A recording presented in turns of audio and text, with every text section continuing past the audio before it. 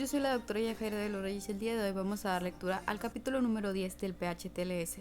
En la descripción podrás encontrar el minuto en el que empieza cada uno de estos subtítulos correspondientes a introducción, anatomía, fisiología, fisiopatología, evaluación y manejo de lesiones específicas, transporte prolongado, el resumen y bueno, sin más preámbulo vamos a comenzar. Escenario. Se les despacha junto con un compañero a un área de construcción industrial por un trabajador que fue golpeado por un fragmento de metal. A su arribo, ustedes se encuentran en la puerta con el oficial de seguridad del sitio, quien los lleva al área de trabajo en el interior. En el camino, el oficial declara que el paciente estaba ayudando a instalar varillas metálicas y cuando giró para coger otra, se encontró con el extremo de una que su compañero apenas había recortado, que le cortó la camisa y puncionó el tórax. En el área laboral, usted se encuentra a un hombre de aproximadamente 35 años de edad, sentado sobre una pila de tablas, inclinado hacia adelante y sujetando el trapo en el lado derecho del tórax. Usted le pregunta qué pasó y él trata de explicarlo, pero tiene que detenerse después de 5 o 6 palabras para recuperar el aliento. Al remover el trapo, nota una laceración de cerca de 5 centímetros de longitud con una pequeña cantidad de burbujas de aire con sangre.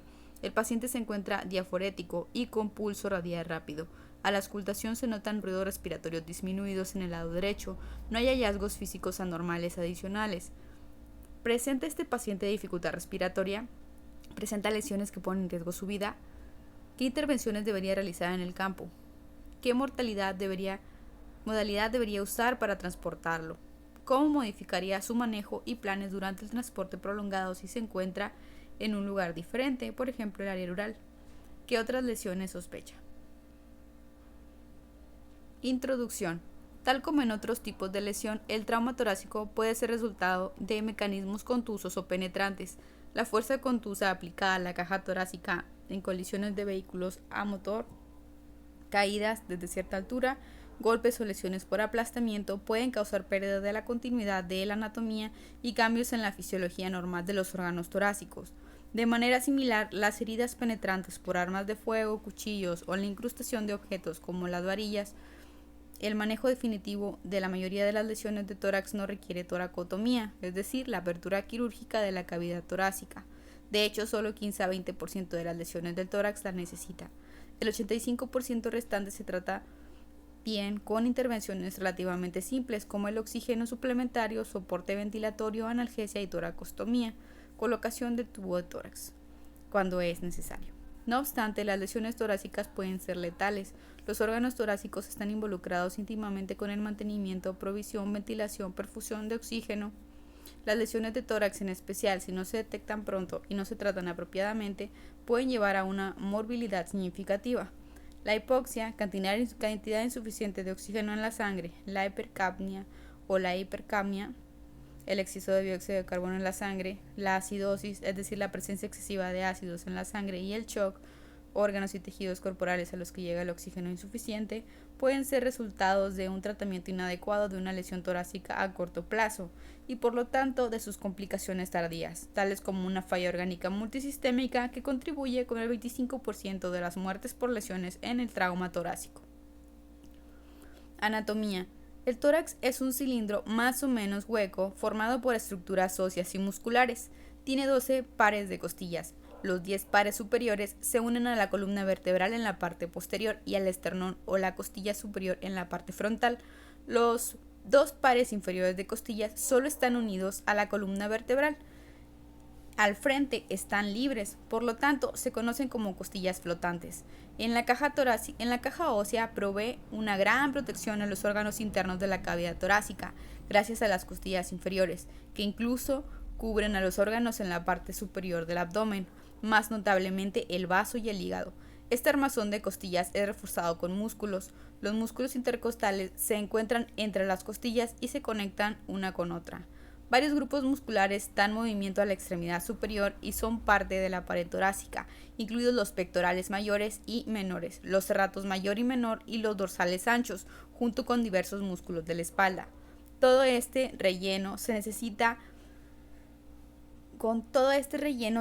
una gran fuerza para lesionar los órganos internos. En el tórax también se encuentran músculos involucrados en el proceso de la ventilación, incluidos los intercostales, el diafragma, que es un músculo con forma de domo adherido alrededor de la parte baja del tórax, y los músculos del cuello, que se unen a las costillas superiores. Una arteria, una vena y un nervio corren en el borde inferior de cada costilla, los cuales proveen sangre y estímulos nerviosos en los músculos intercostales. El revestimiento de la cavidad formada por esas estructuras es una fina membrana llamada pleura parietal. Una membrana delgada similar cubre a los dos pulmones dentro de la cavidad torácica y se denomina pleura visceral. Normalmente no hay espacio entre estas dos membranas. De hecho, una pequeña cantidad de líquido entre ambas pleuras las mantiene unidas como si una fina capa de agua mantuviera unidas dos láminas de vidrio. Este líquido pleural crea una tensión superficial que se opone a la naturaleza elástica de los pulmones y así proviene su tendencia natural al colapso.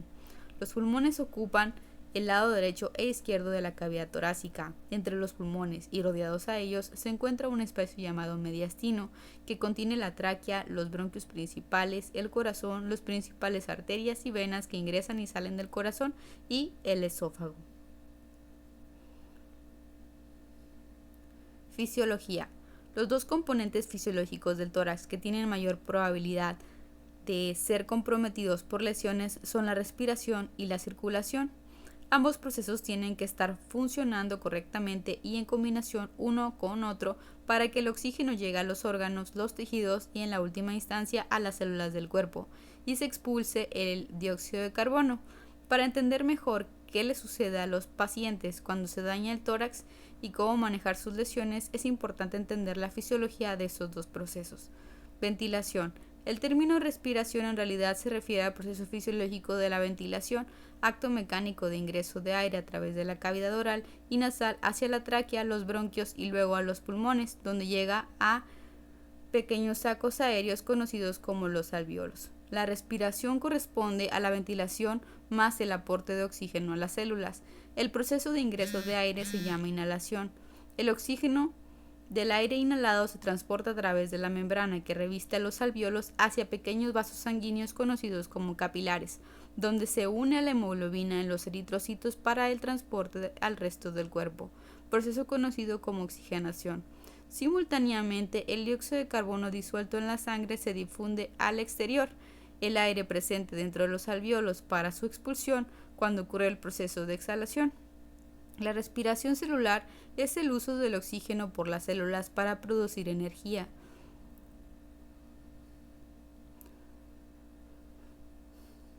La inhalación se lleva a cabo por contracción de los músculos de la respiración, principalmente los intercostales y el diafragma, cuyo resultado es la elevación y separación de las costillas con motivo descendente del diafragma. Esta acción aumenta el tamaño de la cavidad torácica y crea una presión negativa dentro del tórax en comparación con la presión del aire fuera del cuerpo. Como resultado, el aire fluye al interior de los pulmones. La expiración se logra relajando los músculos intercostales y el diafragma, lo que resulta en el retorno de las costillas con el diafragma a su posición de reposo. Esto provoca que la presión dentro del tórax rebase a la presente fuera del cuerpo y permita la salida del aire a los pulmones a través de los bronquios, la tráquea, la boca y la nariz hacia el exterior.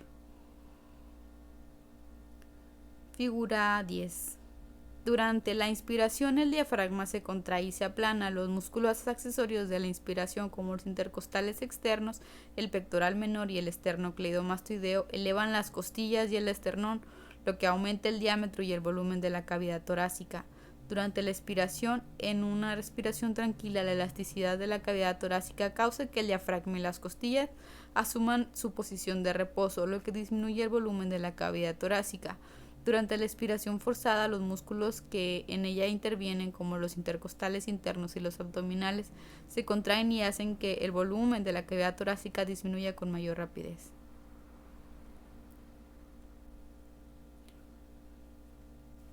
Cuando la cavidad torácica se expande durante la inspiración, la presión intratorácica disminuye e ingresa aire a los pulmones. Cuando el diafragma se relaja y el tórax retorna a su posición de reposo, la presión intratorácica aumenta y expulsa el aire. Cuando se relaja el diafragma y la glotis se abre, la presión dentro y fuera de los pulmones se equilibra.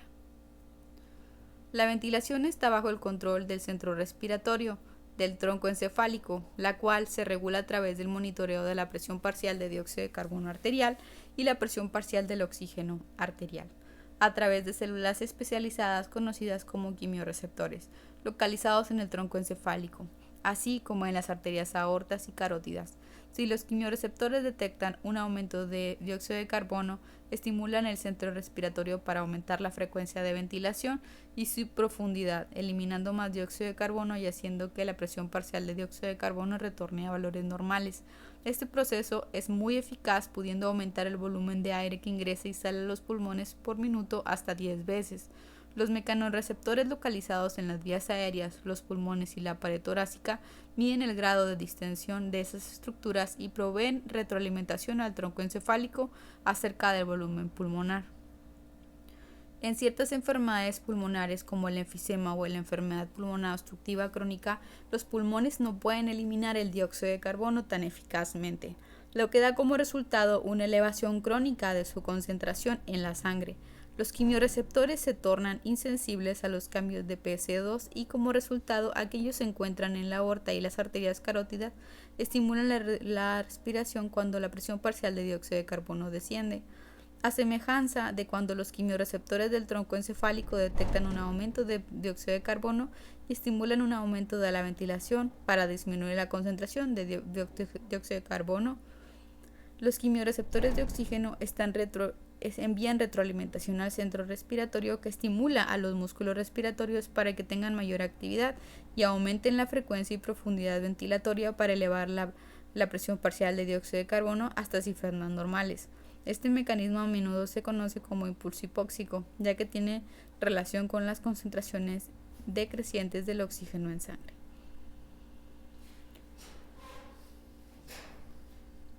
El concepto del impulso hipóxico ha llevado a recomendar limitar la cantidad de oxígeno administrado a los pacientes de trauma con EPOC previa, por temor a suprimir los impulsos respiratorios.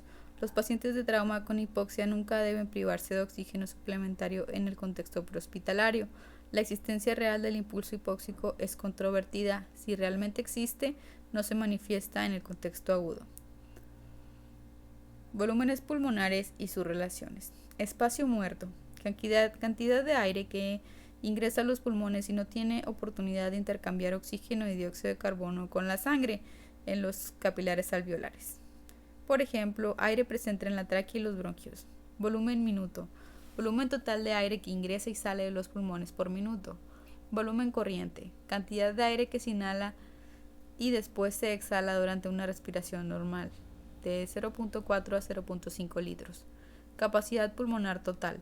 Volumen total que contienen los pulmones cuando están expandidos al máximo. Este volumen declina con la edad, de 6 litros en adultos jóvenes a aproximadamente 4 en las personas mayores. Trabajo ventilatorio. Trabajo o esfuerzo físico realizado para movilizar la pared del tórax y el diafragma a fin de respirar. Ese trabajo aumenta con la ventilación rápida, elevando el volumen minuto y cuando los pulmones se encuentran anormalmente rígidos. Circulación. El otro proceso fisiológico principal que puede afectarse después de una lesión torácica es la circulación. La siguiente discusión establece el escenario sobre la fisiopatología de la lesión pulmonar. En el capítulo Shock, Fisiopatología de la vida y la muerte, se cubre el tema de manera más extensa. El corazón, que yace en el centro del tórax, dentro del mediastino, actúa como bomba biológica. Para que esta bomba trabaje, debe de estar preparada con líquido y mantener su concentración. Para el corazón, esta función es provista por el retorno de sangre a través de dos grandes venas, la cava superior y la cava inferior. El corazón se contrae en promedio unas 70 a 80 veces por minuto, con un rango normal de 60 a 100 latidos por minuto, con una eyección de casi 70 milímetros de sangre con cada latido hacia la circulación periférica del cuerpo a través de la aorta. Los procesos que interfieren con el retorno sanguíneo al corazón a través de las venas cava superior e inferior, por ejemplo, pérdida de sangre por hemorragia, aumento de la presión de la cavidad torácica por neumotórax a tensión, causan disminución del gasto cardíaco y por lo tanto de la presión arterial.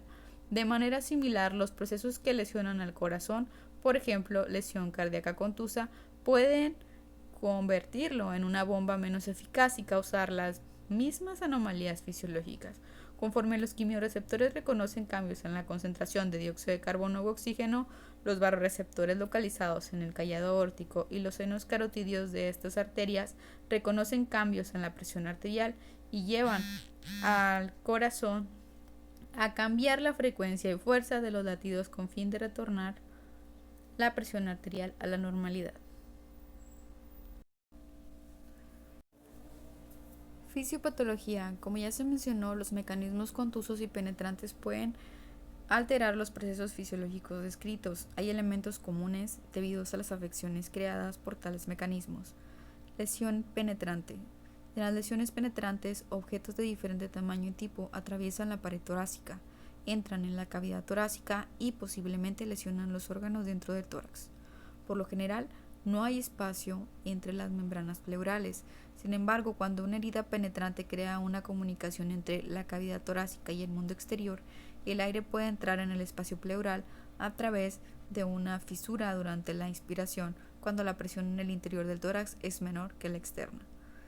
Se puede estimular que el aire entre en la herida si la resistencia al flujo del aire a través de esta es menor que a través de las vías respiratorias. El aire en el espacio pleural, es decir, el neumotórax, rompe la adherencia entre las membranas pleurales creadas por la película delgada del líquido pleural. Todos estos procesos en conjunto contribuyen al colapso del pulmón, impidiendo una ventilación eficaz. Las heridas penetrantes causan un neumotórax abierto solo cuando el tamaño del defecto en la pared torácica es lo bastante grande como para que los tejidos circundantes no cierren la herida, al menos parcialmente durante la inspiración o expiración. Las heridas de pulmón causadas por un objeto penetrante permiten que escape aire del pulmón hacia el espacio pleural y dan como resultado su colapso. En cualquier caso, el paciente presenta dificultad respiratoria. Para recuperar la capacidad ventilatoria perdida, el centro respiratorio estimula una ventilación más rápida, con aumento de su trabajo.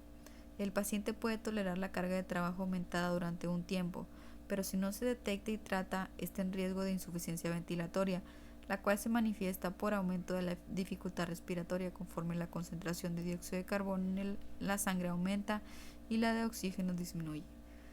Si hay ingreso continuo de aire a la cavidad torácica sin salida, empezará a aumentar la presión en el interior del espacio pleural, lo que lleva al neumotórax a tensión, afección que agrava de mayor manera la capacidad del paciente de ventilar apropiadamente.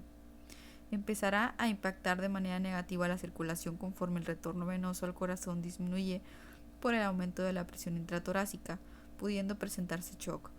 En casos extremos, cuando hay deslizamiento de las estructuras del mediastino hacia el lado opuesto del tórax, el retorno venoso se ve muy comprometido, llevando a una menor presión arterial y la distensión de las venas yugulares, pudiendo detectarse el clásico dato, si bien tardío, de la desviación de la tráquea, alejándose de la línea media hacia el lado no afectado del tórax.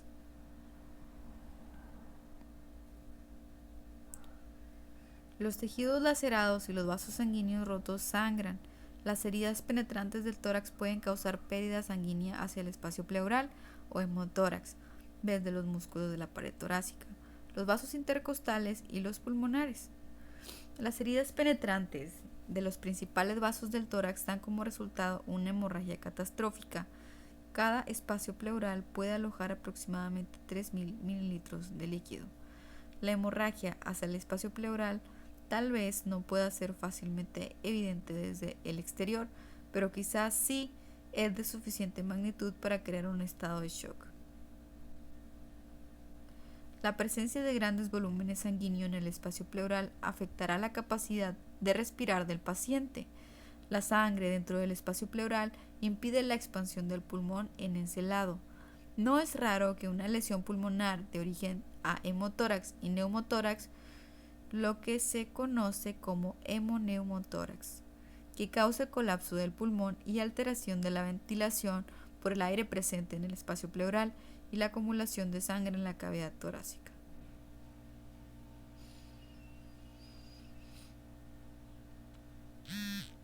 Las heridas pulmonares también pueden originar una hemorragia dentro del tejido pulmonar mismo, cuya sangre inunda los alveolos e impide que se llenen de aire. Los alveolos llenos de sangre no pueden participar en el intercambio de gases. Mientras más alveolos se inunden, más se afecta la ventilación y oxigenación del paciente. Este fenómeno es denominado contusión pulmonar. Lesión por una fuerza contundente. La fuerza contundente aplicada a la pared del tórax se transmite hacia los órganos, en especial los pulmones. Esta onda de energía puede desgarrar el tejido del pulmón, lo que quizás cause hemorragia hacia los alveolos. En este contexto, la lesión se denomina contusión pulmonar, que esencialmente es una equimosis del pulmón que puede empeorar durante la reanimación con soluciones. Su impacto sobre la oxigenación y ventilación es el mismo que una lesión penetrante. Figura 10.10 muestra una radiografía de tórax que muestra contusión de pulmón derecho. Si la fuerza aplicada al tejido pulmonar también desgarra la pleura visceral, puede escapar aire de los pulmones hacia el espacio pleural y crear así un neumotórax y el potencial de neumotórax a tensión, como se describió antes. La fuerza de un trauma torácico también es capaz de fracturar costillas que quizás laceren el pulmón, resultando tanto en el neumotórax como en hemotórax, ambos causados por hemorragia debido a costillas rotas y desgarre del pulmón, así como de los músculos intercostales lesionados. Una lesión por una fuerza contundente suele vincularse con incidentes de desaceleración súbita, con probabilidad de causar desgarro o rotura de los principales vasos sanguíneos intratorácicos, en particular la aorta, llevando a una hemorragia catastrófica. Finalmente, en algunos casos, la fuerza contundente puede romper la pared del tórax, produciendo su inestabilidad, el compromiso de los cambios en la presión intratorácica y llevar a una ventilación alterada.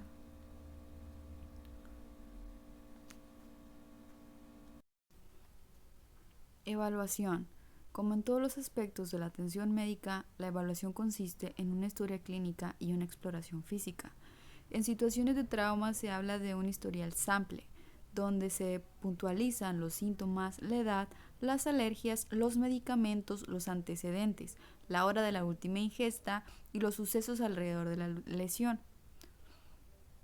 Además del mecanismo que dio como resultado la lesión, se pregunta a los pacientes acerca de cualquier síntoma que experimenten, si están conscientes, si pueden comunicarse. Las víctimas de un trauma torácico probablemente sufrirán dolor, que puede ser agudo, punzante o constrictivo. Con frecuencia, el dolor es peor con los esfuerzos respiratorios y el movimiento. El paciente puede expresar una sensación de falta de aire o de imposibilidad para respirar adecuadamente. Puede sentirse aprensivo o mareado si se está desarrollando un estado de shock. Es importante recordar que la ausencia de síntomas no equivale a ausencia de lesiones. El siguiente paso en la evaluación es realizar la exploración física con 4 componentes: observación, palpación, percusión y auscultación. La evaluación también puede incluir una determinación de los signos vitales, la colocación de un oxímetro de pulso para valorar la saturación arterial de oxígeno es útil para la evaluación del paciente lesionado. Observación. Se observa al paciente en cuanto a la presencia de palidez de la piel y sudor, lo cual puede indicar estado de shock. También puede encontrarse aprensivo. La presencia de cianosis, es decir, la coloración azul de la piel, en especial alrededor de la boca y los labios, suele ser evidente cuando hay una avanzada hipoxia. Debe observarse la frecuencia respiratoria y si el paciente presenta problemas para ventilar, como una respiración jadeante, uso de músculos accesorios, retracción o tiraje, o también aleteo nasal. La tráquea está alineada en la línea media o desviada hacia un lado. Las venas yugulares presentan distensión. El tórax se explora en cuanto a contusiones, abrasiones, laceraciones y si presenta expansión simétrica con la respiración. ¿Se mueve alguna porción de la pared torácica paradójicamente con la ventilación? Esto es, en lugar de desplazarse al exterior durante la inspiración, se colapsa y viceversa durante la exhalación. Si se identifica alguna lesión, se revisa cuidadosamente para indagar si hay burbujeo cuando el paciente inhala y exhala. Auscultación. Se valora todo el tórax. La disminución de los sonidos respiratorios en un lado, en comparación con el otro, puede indicar neumotórax o hemotórax del lado explorado. Las contusiones pulmonares suelen causar ruidos respiratorios anormales, es decir, estertores, aunque a menudo es difícil de discernir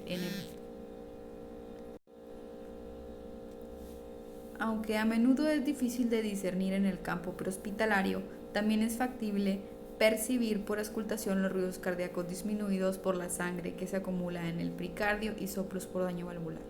Palpación. Mediante compresión suave de la pared del tórax con manos y dedos se valora la presencia de hipersensibilidad, crepitación, ya sea o por enfisema subcutáneo, y la inestabilidad ósea de la pared torácica. Percusión. Esta técnica de exploración es difícil de realizar en el campo porque el ambiente a menudo es ruidoso y la dificulta. Además, hay poca información adicional que se pueda obtener con la percusión que cambia el tratamiento prehospitalario. Oximetría de pulso. Debe valorarse y monitorizarse la concentración de oxígeno unido a la hemoglobina para detectar cambios en el estado del paciente y su respuesta al tratamiento. La saturación de oxígeno debe mantenerse a 94% o más.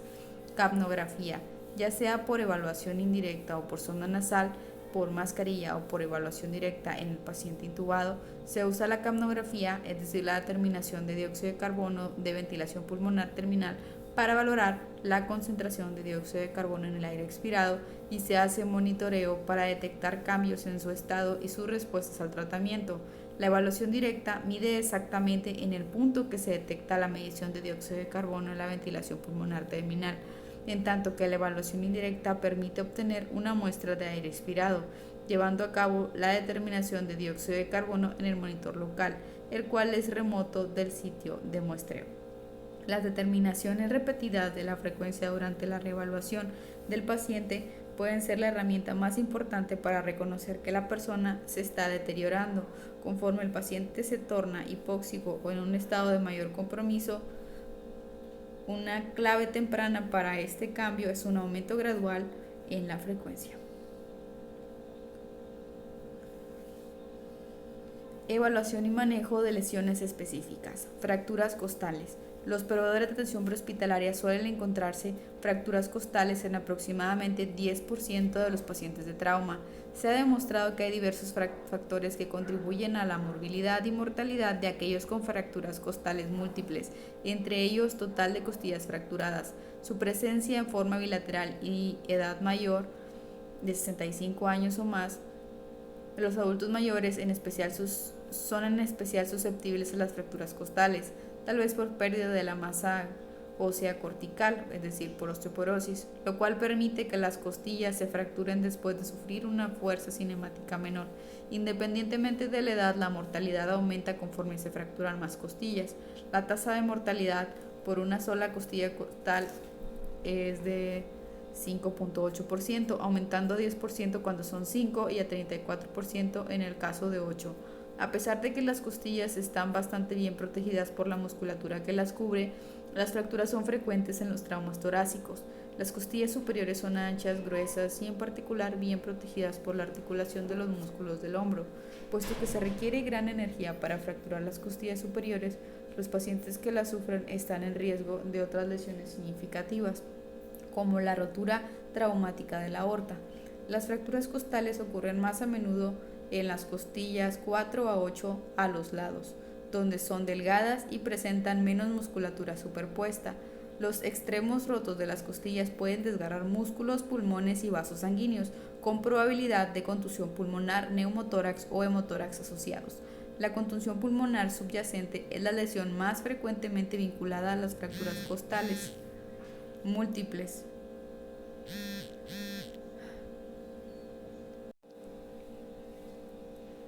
La compresión del pulmón puede romper los alvéolos y causar neumotórax, como ya se mencionó.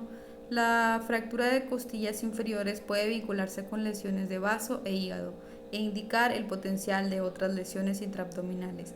Estas lesiones pueden presentarse con signos de pérdida sanguínea o shock.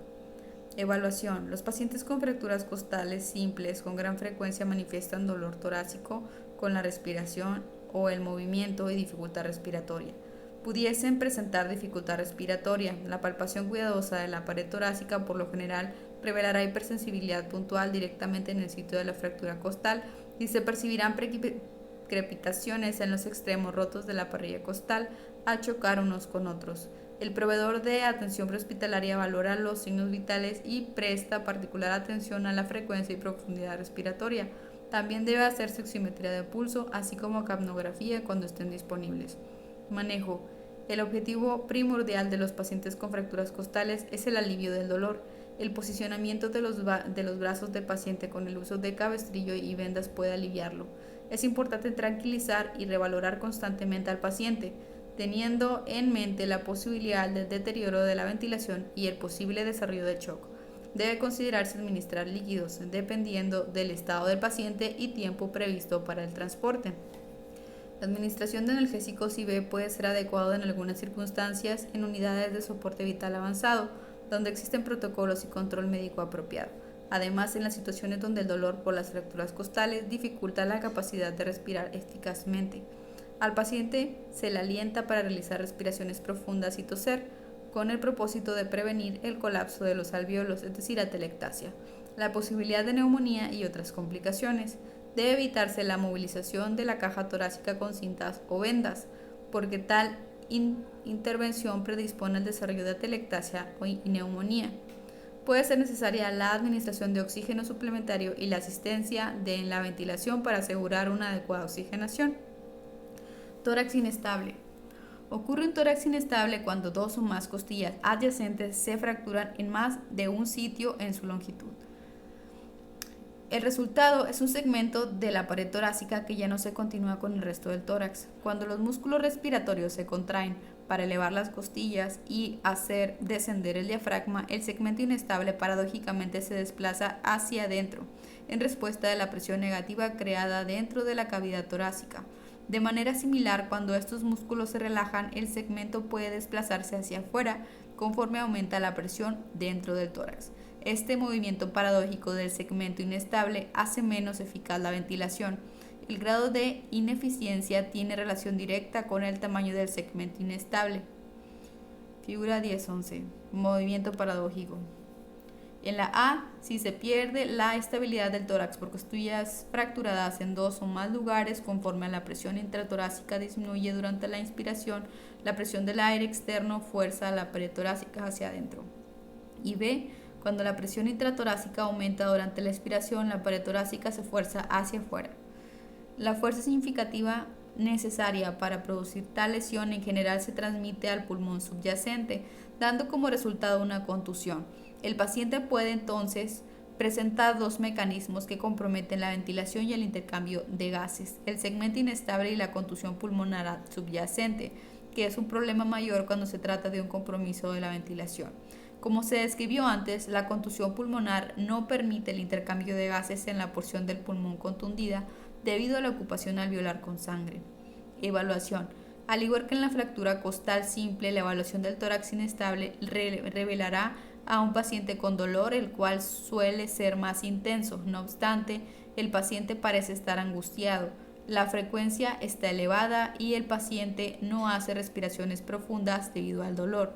Puede haber hipopsia, que se refleja por la cianosis o en la oximetría de pulso. El movimiento paradójico puede o no ser evidente o fácil de reconocer.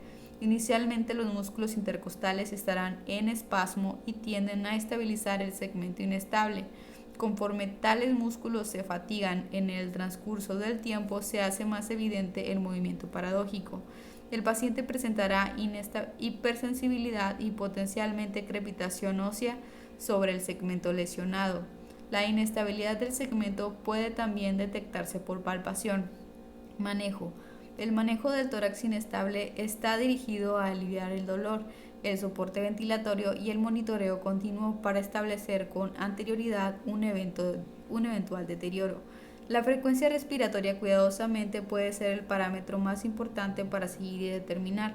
Los pacientes que están desarrollando una contusión pulmonar y afección ventilatoria mostrarán incremento de su frecuencia ventilatoria con el paso del tiempo. La oximetría de pulso, cuando esté disponible, también es útil para detectar la hipoxia. Debe administrarse oxígeno para asegurar una saturación de al menos 94%. Es posible obtener acceso intravenoso excepto en casos de tiempos de transporte extremadamente breves y administrar cuidadosamente analgésicos narcóticos regulados para aliviar el dolor. A veces es necesario el respaldo de la ventilación con dispositivo de asistencia bolsa, válvula, mascarilla, presión positiva continua de vías aéreas con un CPAP o la intubación endotraqueal y la ventilación a presión positiva. En pacientes que presentan dificultad para mantener oxigenación adecuada.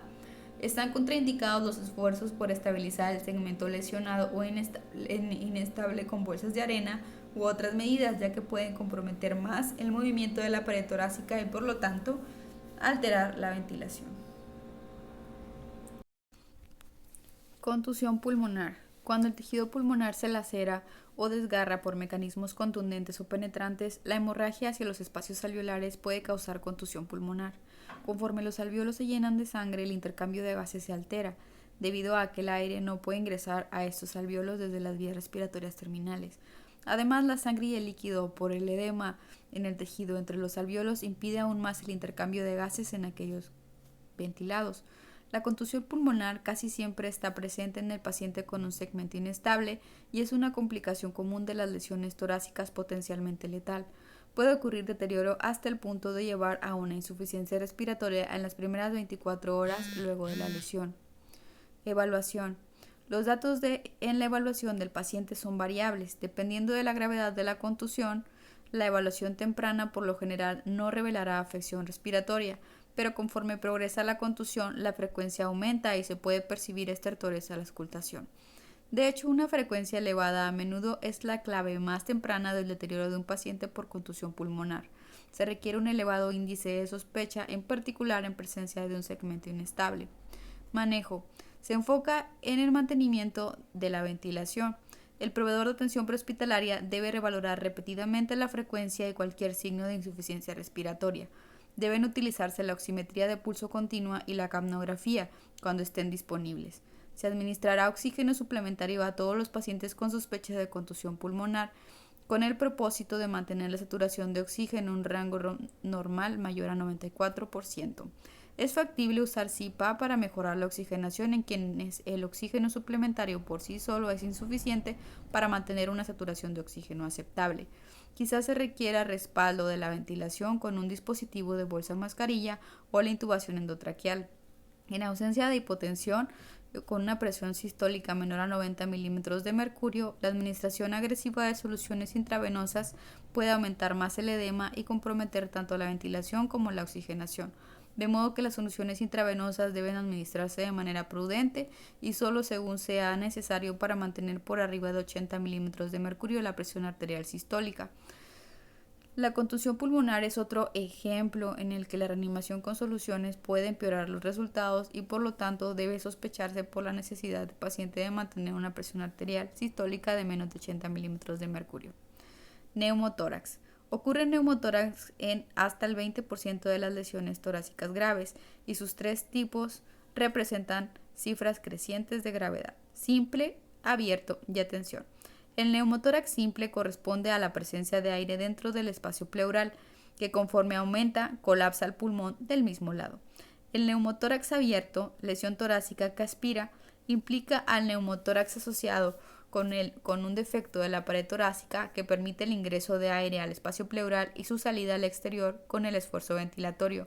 El neumotórax a tensión se presenta cuando el aire continúa ingresando y se atrapa dentro del espacio pleural con incremento gradual de la presión intratorácica, que lleva a una desviación del mediastino y da como resultado un menor retorno sanguíneo venoso al corazón y compromete la función circulatoria. Neumotórax simple. Evaluación. En un neumotórax simple, la evaluación posiblemente muestre datos similares a los de los pacientes con fractura costal. Con frecuencia se quejan de dolor pleurítico durante la respiración y disnea, que puede variar de leve a grave, mostrando además síntomas y signos variables de disfunción respiratoria. Los datos clásicos son disminución de los ruidos respiratorios en el lado de la lesión. Cualquier paciente con dificultad respiratoria y disminución de los ruidos respiratorios debe considerarse con un neumotórax. Manejo. El proveedor de atención prehospitalaria administra oxígeno suplementario, obtiene un acceso intravenoso y se prepara para tratar el shock si se presenta. El monitoreo por oximetría de pulso y capnografía cuando estén disponibles son indispensables para el manejo expectante del paciente con el fin de detectar signos tempranos de deterioro respiratorio. Si no se requiere restricción de la movilidad vertebral, la persona puede estar más cómoda semisentada. Generalmente el paciente toma la posición en la que se siente más cómodo. Es indispensable su transporte rápido. Si el proveedor de atención prehospitalaria actúa en el nivel básico y el tiempo de transporte será prolongado, debe considerarse la solicitud de una unidad de soporte vital avanzado. El punto clave en el manejo es reconocer el neumotórax simple, puede evolucionar con rapidez al neumotórax a tensión, por lo que el paciente requiere monitoreo continuo, de manera que se pueda hacer una intervención oportuna antes de que se presente un compromiso grave de la circulación. Neumotórax abierto. El neumotórax abierto, al igual que el simple, implica el ingreso de aire al espacio pleural causando colapso pulmonar. El defecto de la pared torácica que da como resultado una comunicación entre el aire externo y el espacio pleural es el punto de clave de un neumotórax abierto. Los mecanismos que conducen a él incluyen heridas por arma de fuego, proyectiles de escopeta, punciones, incrustaciones y rara vez traumatismos contundentes. Cuando el paciente intenta inhalar el aire, atraviesa la herida e ingresa al espacio pleural por la presión negativa creada dentro de la cavidad torácica al contraerse los músculos respiratorios. En las heridas más grandes puede haber un flujo libre de aire que ingresa y sale del espacio pleural en las diferentes fases de la respiración. Suele crearse un ruido audible conforme el aire ingresa y sale del orificio en la pared torácica, por lo que esta herida se le ha denominado de tórax que aspira. Debido a que el flujo de aire sigue la vía de menor resistencia cuando se presentan lesiones en la pared torácica y su tamaño iguala o excede el de la apertura glótica, el aire ingresa por esta vía de menor resistencia. Dicha resistencia al flujo de aire a través de la herida disminuye conforme aumenta su tamaño. Se inhibe entonces la ventilación eficaz, tanto por el colapso del pulmón en el lado lesionado como por el flujo preferencial de aire hacia el espacio pleural a través de la herida, más bien que por la tráquea hacia los alvéolos pulmonares. Aunque el paciente está ventilando, se impide que el oxígeno ingrese al sistema circulatorio. Evaluación. La evaluación del paciente con un neumotórax abierto generalmente revela una dificultad respiratoria obvia. Por lo regular se encontrará ansioso y con taquipnea. La frecuencia del pulso estará elevada y este se encontrará potencialmente filiforme. La exploración de la pared torácica revelará la herida, que puede hacer sonidos audibles de aspiración durante la inspiración con burbujeo durante la expiración. Manejo. El manejo inicial de un neumotórax abierto implica sellar el defecto en la pared torácica y administrar oxígeno suplementario. Se evita el flujo de aire a través de la herida al interior de la cavidad pleural aplicando un vendaje oclusivo con uso de un producto comercial como los sellos de halo, Asherman o bolín de tórax, o mediante métodos improvisados como la aplicación de una hoja de aluminio o un plástico de envoltura. A diferencia de la gasa simple, estos materiales no permiten que los atraviese el flujo de aire. La gasa impregnada de vaselina es una opción viable si no se dispone de un dispositivo comercial. Un paciente con un neumotórax abierto virtualmente siempre tiene una lesión del pulmón subyacente, lo que permite dos fuentes de pérdida de aire. La primera, el orificio de la pared del tórax, y la segunda, el orificio en el pulmón. Incluso si una lesión de la pared del tórax se sella con un vendaje oclusivo, el escape de aire hacia el espacio pleural puede continuar desde el pulmón lesionado, lo que establece el escenario para el desarrollo de un neumotórax a tensión. Figura 10.14. Debido a la proximidad de la pared torácica con el pulmón, sería muy difícil que ésta se lesione con un traumatismo por penetración y el pulmón se mantuviera ileso. Detener el orificio en la pared torácica no necesariamente disminuye las fugas de aire en el espacio pleural. La fuga puede provenir con mucha facilidad desde el pulmón. La enseñanza tradicional en el caso del neumotórax abierto ha sido asegurar el vendaje oclusivo en 3 lados. lo que impide el flujo de aire al interior de la cavidad torácica durante la inspiración, al mismo tiempo que permite su escape a través del lado laxo del apósito durante la exhalación. Con ello, se espera prevenir el desarrollo de un neumotórax a tensión. En contraste a esta enseñanza tradicional, se ha defendido como preferible cerrar el vendaje oclusivo en los 4 lados en vez de hacerlo solo en 3. Sin embargo, aún no se determina una respuesta definitiva para este tema. Figura 10.15. Se ha demostrado en los estudios en animales que los sellos torácicos ventilados previenen el desarrollo de neumotórax a tensión después del sellado de una herida torácica abierta. En un estudio en animales se comparó la respuesta fisiológica de un neumotórax abierto que se selló por completo con un apósito oclusivo comercial sin ventilación, con la respuesta en aquellos casos con un sello ventilado. Este estudio demostró que ambos métodos mejoraban la fisiología respiratoria asociada con un neumotórax abierto. Sin embargo, el sello ventilado impidió el desarrollo de un neumotórax a tensión, lo que no sucedió con el no ventilado. Este hallazgo llegó al Comité de Cuidados de Víctimas de Combate Táctico Militar a recomendar que cuando se encuentre disponible se prefiera un sello de tórax ventilado respecto de uno no ventilado.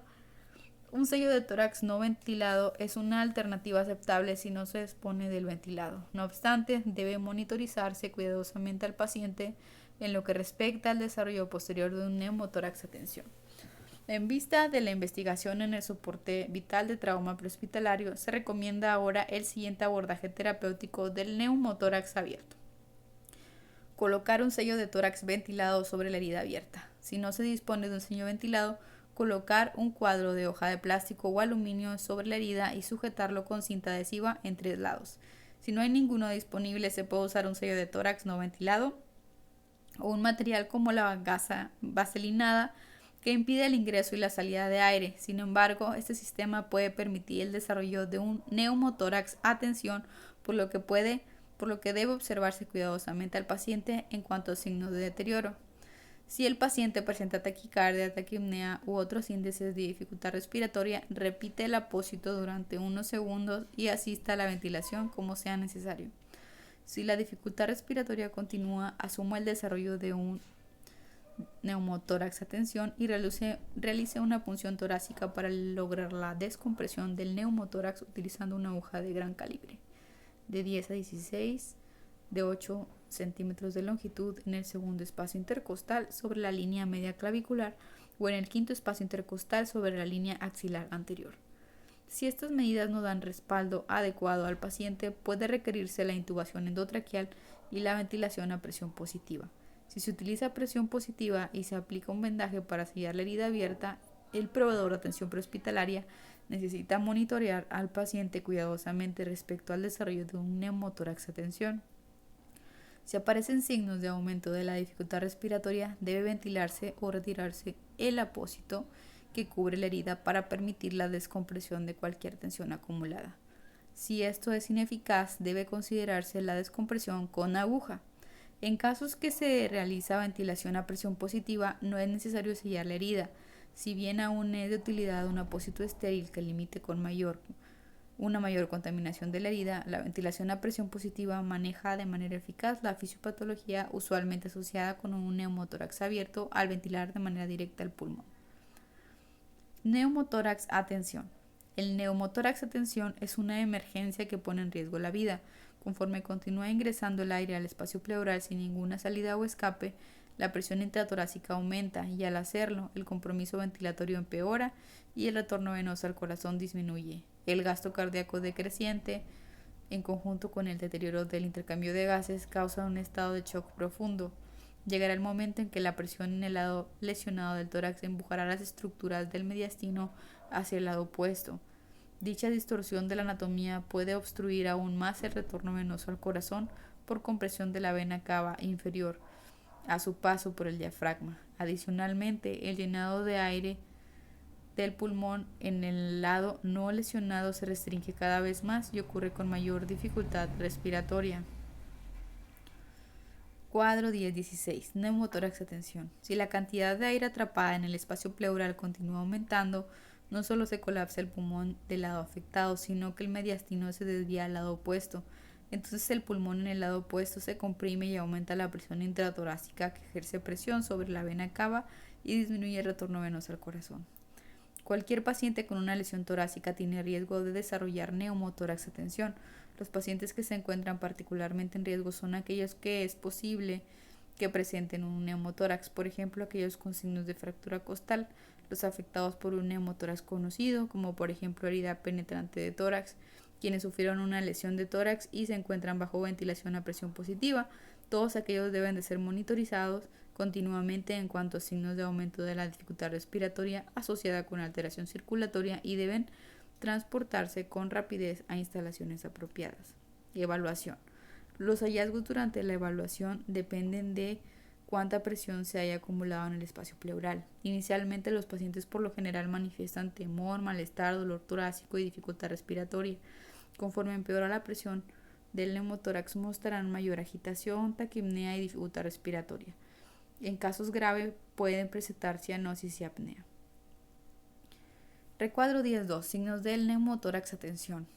Aunque los siguientes signos se describen con frecuencia en un neumotórax a tensión, muchos tal vez no estén presentes o sean difíciles de identificar en el campo prehospitalario.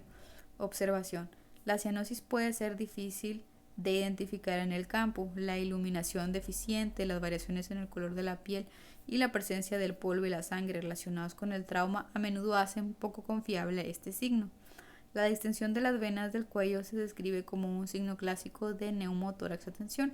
Sin embargo, puesto que el paciente puede también haber perdido una gran cantidad de sangre, quizás no se presente distensión notoria. Palpación. El enfisema subcutáneo es un hallazgo frecuente. Conforme la presión aumenta dentro de la cavidad torácica, el aire empieza a disecar a través de los tejidos de la pared torácica. Debido a que el neumotórax a tensión implica una elevación significativa de la presión intratorácica, a menudo se puede palpar el enfisema subcutáneo en todo el tórax y el cuello, y a veces afecta a la pared abdominal al igual que la cara. La desviación de la tráquea suele ser un signo tardío. Incluso cuando está presente, puede ser difícil de diagnosticar por exploración física. En el cuello, la tráquea está unida a la columna cervical por estructuras aponeuróticas y otras de sostén. Por ello, la desviación de la tráquea es más que un fenómeno intratorácico, aunque pudiese palparse en la escotadura yugular si es muy grave. No es común la detección de la desviación de la tráquea en el ambiente prehospitalario. Auscultación. Disminución de los ruidos respiratorios en el lado afectado. Es la parte más útil durante la exploración física. Es la revisión de la disminución de los ruidos respiratorios en el lado de la lesión. No obstante, para usar este signo, el proveedor de atención prehospitalaria debe ser capaz de distinguir entre los ruidos normales y los disminuidos. Tal diferencia requiere mucha práctica. Escuchar los sonidos respiratorios durante la evaluación con cada paciente les será de utilidad. Los hallazgos clásicos son desviación de la tráquea contrario al lado afectado, disminución de los ruidos respiratorios de dicho lado, percusión timpánica. Es difícil detectar la disminución de los ruidos respiratorios en el ambiente prehospitalario. La práctica constante con la auscultación de todos los pacientes perfeccionará la destreza del proveedor de atención prehospitalaria y hará más probable la detección de este dato importante. La detección de la percusión timpánica es básicamente imposible en el campo, pero este dato se menciona para fines de complemento. El transporte y el tratamiento nunca deben de retrasarse debido a la realización de la percusión torácica. Otros hallazgos físicos que pueden ser evidentes son la distensión de las venas yugulares, la crepitación de la pared torácica y la cianosis. La taquicardia y la taquipnea se hacen cada vez más notorias conforme la presión intratorácica aumenta y la del pulso disminuye, lo que culmina en hipotensión y shock descompensado. Manejo. La prioridad terapéutica implica descomprimir el neumotórax a tensión. Se debe de realizar cuando estén presentes los siguientes tres hallazgos. 1. Aumento de la dificultad respiratoria o problemas para ventilar con un dispositivo de bolsa válvula mascarilla. 2. Ruidos respiratorios unilaterales disminuidos o ausentes. 3. Shock descompensado. Presión sanguínea sistólica menor de 90 milímetros de mercurio con una presión de pulso reducida. Dependiendo del contexto clínico y el grado de entrenamiento del proveedor de atención prehospitalaria, hay varias opciones para la descompresión pleural, descritas a continuación. Si la descompresión no es una opción, por ejemplo, solo se dispone del soporte vital básico y no hay apósito oclusivo que retirar, es imperativo el traslado rápido a una instalación apropiada, mientras administra oxígeno a alta concentración. Debe realizar ventilación con presión positiva solo si el paciente presenta hipoxia y no responde al oxígeno suplementario, ya que esta situación puede rápidamente empeorar el neumotórax de tensión. El asistir a las ventilaciones puede dar como resultado la acumulación más rápida de aire en el espacio pleural. La intervención con SBA es una opción siempre que sea más rápida que el traslado o una instalación apropiada. Retiro de un apósito oclusivo. En el paciente con un neumotórax abierto, cuando se ha aplicado un apósito para ocluir la lesión, debe de abrirse o retirarse brevemente, lo que permitirá descomprimir el neumotórax a tensión a través de una herida mediante el flujo de aire. Puede ser necesario repetir este procedimiento de forma periódica durante el transporte si reaparecen los síntomas de neumotórax a tensión. Si el hecho de retirar el apósito por varios segundos resulta ineficaz o no hay una herida abierta, un proveedor de SVA puede proceder con una descompresión con aguja. Sospecha de neumotórax a tensión en el paciente intubado. En un paciente intubado, la mala posición del tubo endotraqueal puede confundirse con un neumotórax a tensión. Si el tubo se deslizó más allá de la tráquea hacia uno de los bronquios principales, por lo general el derecho, el pulmón opuesto no se ventila y los sonidos respiratorios y la expansión de la pared torácica pueden disminuir de manera notoria. En estos casos debe valorarse la posición del tubo endotraqueal y confirmarse antes de cualquier intento de descompresión de tórax. Descompresión con aguja, toracostomía con aguja. La inserción de una aguja o catéter venoso en el espacio pleural del lado afectado permite que el aire acumulado a presión escape. La descompresión exitosa convierte un neumotórax a tensión en uno abierto y revierte el compromiso hemodinámico asociado con el menor retorno venoso causado por la desviación del contenido del mediastino lejos del pulmón colapsado.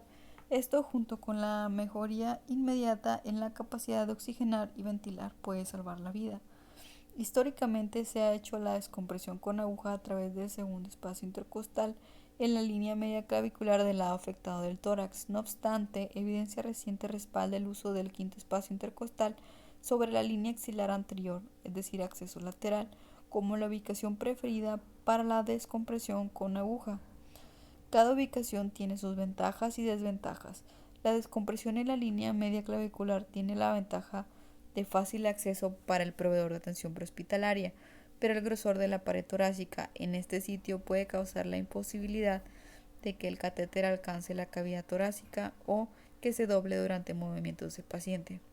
Además, hay un pequeño riesgo de inducir una hemorragia importante por la colocación inadvertida del catéter en los vasos subclavios por arriba o la arteria mamaria interna, el corazón o los vasos pulmonares en la línea media. Es por esto que hoy se prefiere el acceso lateral como el primer recurso técnico para la descompresión del neumotórax a tensión en el ambiente prehospitalario. Figura 10.7. Descompresión con aguja de la pared torácica para tratar las sospechas de un neumotórax a tensión. El procedimiento se hace con una aguja de gran calibre de 10 a 16 de al menos 8 centímetros de longitud que se puede insertar en el quinto espacio intercostal a lo largo de la línea axilar anterior.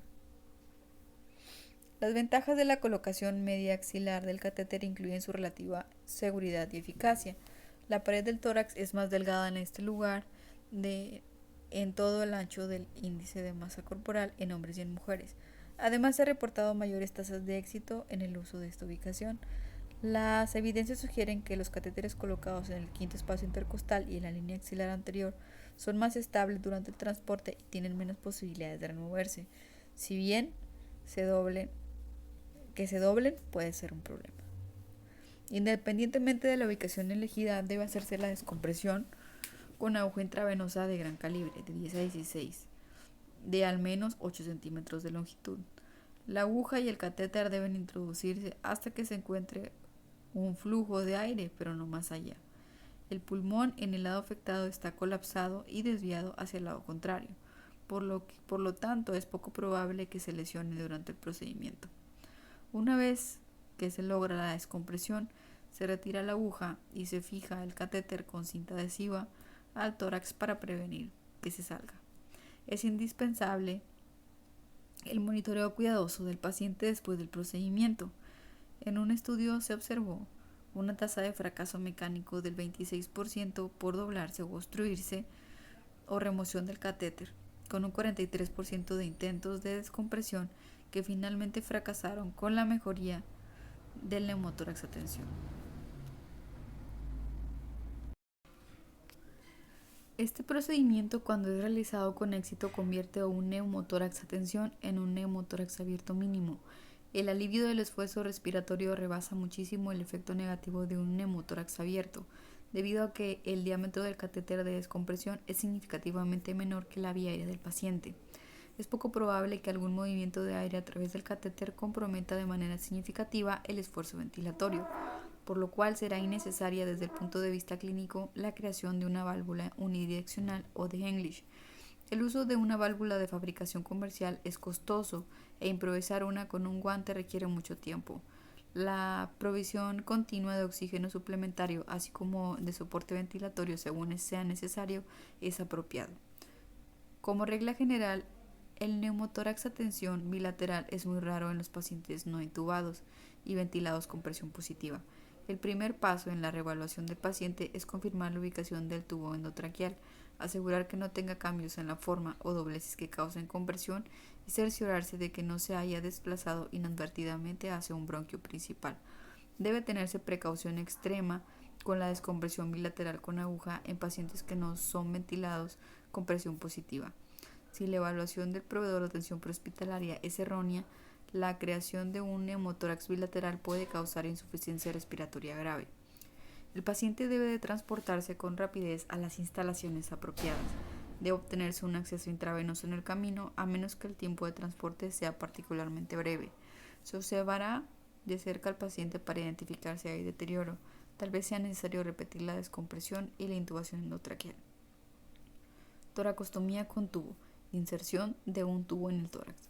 En general, la inserción de un tubo torácico o tubo pleural o de toracostomía no se hace en el contexto prehospitalario por restricciones de tiempo, complicaciones del procedimiento, infecciones y aspecto de entrenamiento. La descompresión con aguja puede lograrse en menor tiempo que el requerido para una toracostomía con tubo, debido a que se requieren menos pasos y equipo. Las tasas publicadas de complicaciones de la toracostomía con tubo van del 2.8 al 21% e incluyen lesión del corazón o de los pulmones y posición anómala en los tejidos subcutáneos de la pared torácica o en la cavidad peritoneal. Para este procedimiento se requiere un área estéril, que es difícil de obtener en el campo prehospitalario. Una falla en la técnica estéril, como la contaminación del tubo o los instrumentos torácicos, puede causar el desarrollo de empiema, una colección de pus en el espacio pleural, que requiere intervención quirúrgica y drenaje. Se necesita un adecuado entrenamiento para desarrollar esta destreza y se precisa de igual forma de la práctica constante para mantener su dominio. Los pacientes transportados con un tubo torácico colocado siguen en riesgo de desarrollar un neumotórax a tensión, en particular si se encuentran con asistencia ventilatoria a presión positiva. Si empiezan a manifestarse signos de neumotórax a tensión, asegúrese primero de que no esté doblado el tubo pleural o los de conexión. A continuación, cerciórese de que el conector del tubo esté correctamente acoplado a un sello de agua y a un dispositivo de drenaje. Incluso sin haber identificado problemas, el paciente con signos de neumotórax a tensión puede requerir descompresión con aguja. No hay que retrasar el procedimiento solo porque ya existe un tubo pleural colocado en el tórax. Toracostomía con tubo. Detección de problemas y desarrollo de soluciones. 3 componentes básicos de los sistemas de drenaje con tubo pleural. 1. El sello. Permite que el aire escape del espacio pleural sin que regrese. En general es un sello de agua que burbujea al escapar del aire del espacio pleural y se eleva con la presión negativa inspiratoria. 2. Un sistema colector. Recolecta y permite cuantificar el drenaje en el sistema. Observa los cambios de volumen y su naturaleza. Y 3. Succión. Ejerce presión negativa para ayudar al drenaje y la expansión. Asegúrese de que la succión está apropiadamente acoplada y funcionando. Revise la operación básica de cualquier sistema de drenaje con el equipo de atención sanitaria antes del traslado. Cambios en el estado respiratorio en los pacientes con tubos pleurales. Valore los signos vitales, incluyendo la oximetría de pulso. Si el tubo pleural no está funcionando apropiadamente, el paciente puede presentar taquicardia, taquipnea e hipoxia. Si está desarrollando un neumotórax a tensión, puede resultar en el enfisema subcutáneo, mayor dificultad respiratoria, disminución de la presión del pulso e hipotensión. Valore los ruidos pulmonares. Los ruidos pulmonares pueden disminuir en el lado de tórax afectado, ya que no es funcional. En vez de ello, permite que se acumule aire en su interior. Valora el esfuerzo ventilatorio. El esfuerzo ventilatorio aumenta cuando el tubo pleural no funciona. Valora la circulación.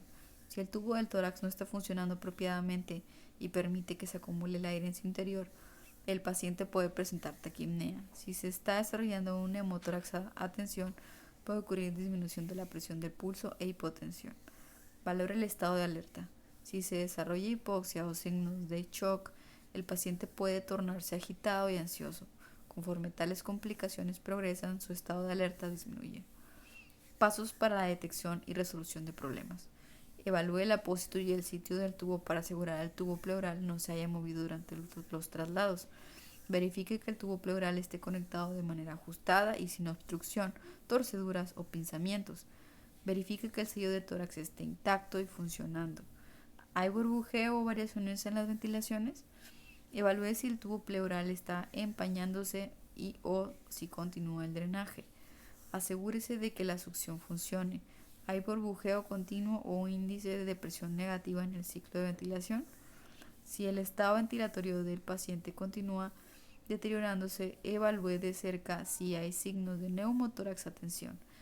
Si es así, desconecte el tubo pleural del sistema de drenaje, lo que debería de liberar la tensión si el tubo está apropiadamente colocado y sin obstrucción. Si este paso no resuelve el problema, considere la descompresión con aguja y pónganse en contacto de inmediato con control médico. Hemotórax. El hemotórax ocurre cuando ingresa sangre al espacio pleural, puesto que éste puede alojar un gran volumen de sangre, de 2.500 a 3.000 mililitros. El hemotórax puede presentar una fuente de pérdida sanguínea significativa. De hecho, la pérdida del volumen sanguíneo circundante por hemorragia acumulada dentro del espacio pleural representan una gran afección fisiológica para el paciente con lesión de tórax, debido al colapso del pulmón que produce el hemotórax. Es raro que se acumule suficiente sangre para crear un hemotórax a tensión. Los mecanismos que originan un neumotórax son los mismos que causan los diversos tipos de neumotórax. La hemorragia puede provenir de la musculatura de la pared del tórax, los vasos intercostales, el parénquima pulmonar y los vasos pulmonares o los grandes vasos en el tórax. Figura 10-18. Un sistema de drenaje provee presión negativa para ayudar al drenado y la expansión del tórax. Figura 10-19. Hemotórax. La pérdida de sangre relacionada con la hemorragia en el interior de la cavidad torácica que lleva a la hipovolemia es un problema mucho más grave que la cantidad del pulmón comprimido por la sangre. Evaluación. La evaluación revela a un paciente con distrés dependiendo de la cantidad de sangre perdida en el interior del tórax y la compresión como resultado del pulmón afectado. El dolor torácico y la disnea nuevamente son manifestaciones que destacan, en general con signos de un estado de shock significativo. El proveedor de atención prehospitalaria monitoreará los signos de shock del paciente, que son taquicardia, taquipnea, confusión, palidez e hipotensión. Los ruidos respiratorios en el lado lesionado disminuyen o están ausentes, pero la percusión hay matidez. En comparación con el timpánico de un neumotórax, puede haber neumotórax en conjunción con el hemotórax, lo que aumenta la probabilidad de compromiso cardiorrespiratorio. Debido a la pérdida de volumen sanguíneo circundante, a menudo no hay distensión de las venas del cuello. Manejo. El manejo involucra la observación constante para detectar deterioro fisiológico mientras se provee la asistencia apropiada. Debe administrarse oxígeno a concentraciones altas y darse soporte ventilatorio si es necesario. Con un dispositivo de bolsa mascarilla o la intubación endotraqueal si está disponible y es indicada. Se monitoreará estrechamente el estrado hemodinámico. Debe obtenerse un acceso intravenoso y proveerse del tratamiento adecuado con soluciones con el propósito de mantener una perfusión adecuada sin la administración indiscriminada de grandes volúmenes. El transporte rápido a una instalación apropiada con capacidad de transfusión sanguínea inmediata e intervención quirúrgica completa, el algoritmo terapéutico del hemotórax. La descompresión con aguja por hemotórax no es eficaz y no está indicada. Lesión por contusión miocárdica. La lesión cardíaca en la mayoría de las veces es el resultado de la aplicación de una fuerza a la pared anterior del tórax, en especial en un suceso de desaceleración, como una colisión de un vehículo con impacto frontal violento. En esas circunstancias el corazón se comprime entre el esternón en la parte anterior y la columna vertebral en la posterior, lo que causa un incremento abrupto de la presión en todos los ventrículos hasta varias veces de lo normal, que da como resultado contusión del corazón, a veces lesión valvular y rara vez su rotura, como sigue. Contusión miocárdica. El resultado más frecuente de la compresión del tórax o miocardio es la contusión. El miocardio presenta equimosis con grados variables de lesión de las células, lo que con mucha frecuencia produce ritmos cardíacos anormales como taquicardia sinusal. De mayor preocupación pero menos frecuentes son las contusiones ventriculares prematuras o los ritmos con ausencia de perfusión, como la taquicardia ventricular sin pulso y la fibrilación ventricular. Si se lesiona la región septal del corazón, el electrocardiograma tal vez muestra anomalías de la conducción intraventricular como un bloqueo de rama derecha de las de His. Si se lesiona un volumen suficiente del miocardio, se puede alterar la contractibilidad cardíaca y descender el gasto cardíaco, llevando a un shock cardiogénico. A diferencia de otras formas de shock que suelen verse en el contexto de trauma, este no mejora con administración de soluciones y podría en realidad empeorar. Rotura valvular. La rotura de las estructuras de sostén de las válvulas cardíacas o de las válvulas en sí las suele volver incompetentes. El paciente presenta grados variables de shock con síntomas y signos de insuficiencia cardíaca congestiva como taquipnea, estertores y soplo cardíaco de nuevo inicio. Rotura miocárdica. Un suceso raro. La rotura miocárdica se presenta en menos del 1% de los pacientes con trauma torácico no penetrante. La mayoría morirá en la escena por exsanguinación dentro de la cavidad torácica o un taponamiento cardíaco fatal. Aquellos que sobreviven por lo general presentarán taponamiento cardíaco. Figura 10-20. El corazón puede comprimirse entre el esternón y la pared torácica posterior. Esta continuará en movimiento hacia el frente. Esta compresión puede provocar contusión miocárdica. Evaluación. La evaluación de un paciente con potencial contusión miocárdica revela un mecanismo producto de un impacto frontal al centro del tórax. Un volante doblado acompañado por equimosis sobre el esternón revela tal mecanismo. Como en otras lesiones del tórax, el paciente posiblemente se queje de dolor torácico y o disnea. Si se presenta una arritmia, la persona puede manifestar palpitaciones. Son hallazgos físicos importantes para preocupar la equimosis sobre el esternón, la crepitación sobre el tórax y su inestabilidad. Con un esternón flotante o inestable, las costillas a ambos lados de este se encuentran rotas, lo que permite su movimiento paradójico con las respiraciones, a semejanza del tórax inestable que se describió antes. Si ocurrió rotura valvular, se puede detectar un gran soplo sobre la región precordial, junto con signos de CHF aguda como hipotensión, distensión de venas yugulares y sonidos respiratorios anormales. El monitoreo por electrocardiografía puede mostrar taquicardia, contracciones ventriculares prematuras y otros trastornos del ritmo o una elevación del segmento ST. Manejo. La estrategia en el manejo consiste en la correcta evaluación de que la contusión miocárdica pudo haber ocurrido y lo concerniente a los hallazgos clínicos transmitidos al personal del hospital que reciba al paciente.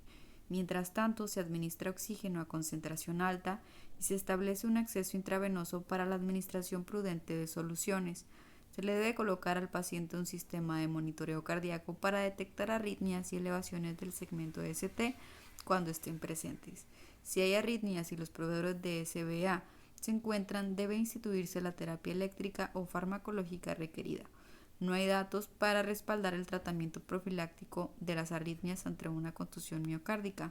Como siempre, deben implementarse las medidas de soporte ventilatorio según esté indicado.